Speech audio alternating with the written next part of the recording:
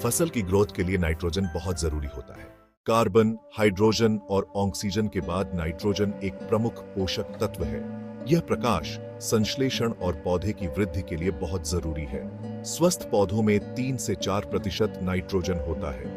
Nitrogen chlorophyll का एक महत्वपूर्ण घटक है।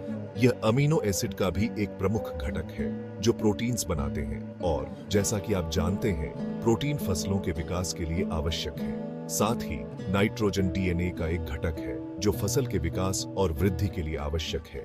मिट्टी में नाइट्रोजन 3 रूपों में पाया जाता है, जैसे सेंद्रीय नाइट्रोजन कंपाउंड्स, अमोनियम आयन और नाइट्रेट आयन।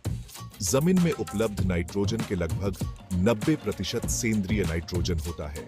यह मिट्टी में पौधों और जमीनी जीवों के अवशेषों में पाया जाता है। वायुमंडल में नाइट्रोजन गैस के रूप में उपलब्ध है। बारिश में बिजली चमकने के दौरान यह नाइट्रोजन गैस फसलों के लिए उपलब्ध नाइट्रोजन में परिवर्तित हो जाती है और बारिश के पानी में घुलकर धरती पर आ जाती है।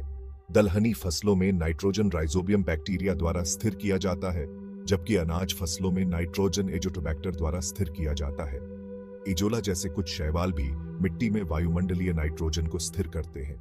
फसलें अपने पूरे जीवन काल में मिट्टी से नाइट्रोजन को अवशोषित करती हैं और इसकी आवश्यकता फसलों की आयु के साथ बदलती रहती है।